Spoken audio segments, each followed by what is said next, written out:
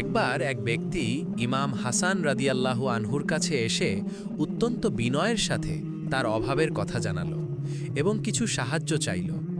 ইমাম হাসান রাদিয়াল্লাহু আনহু তখন ঘরে গিয়ে দেখলেন তার কাছে মাত্র ৫,০০০ দিরহাম অবশিষ্ট আছে। তিনি সেই পুরো অর্থই লোকটিকে দেওয়ার জন্য নিয়ে আসলেন। অর্থ দেওয়ার সময় ইমাম হাসান রাদিয়াল্লাহু আনহু লোকটির কাছে ক্ষমা চেয়ে বললেন, ভাই, আমি দুঃখিত যে আমি আপনাকে আপনার প্রয়োজন অনুযায়ী আরও বেশি দিতে পারছি না। এই সামান্য অর্থটুকু গ্রহণ করুন এবং আমাকে ক্ষমা করুন। লোকটি অবাক হয়ে গেল, কারণ ৫,০০০ দিরহাম সেই সময়ে অনেক বড় অঙ্কের টাকা ছিল। সে চোখের পানি ফেলে বলল, হে আল্লাহর রাসূলের দৈহিত্র, আপনি আমাকে এত বিশাল অঙ্কের অর্থ দিয়ে আবার ক্ষমা চাইছেন? ইমাম হাসান রাদিয়াল্লাহু আনহু উত্তর দিলেন, আমরা আহলে বাইত অর্থাৎ রাসূলের পরিবার।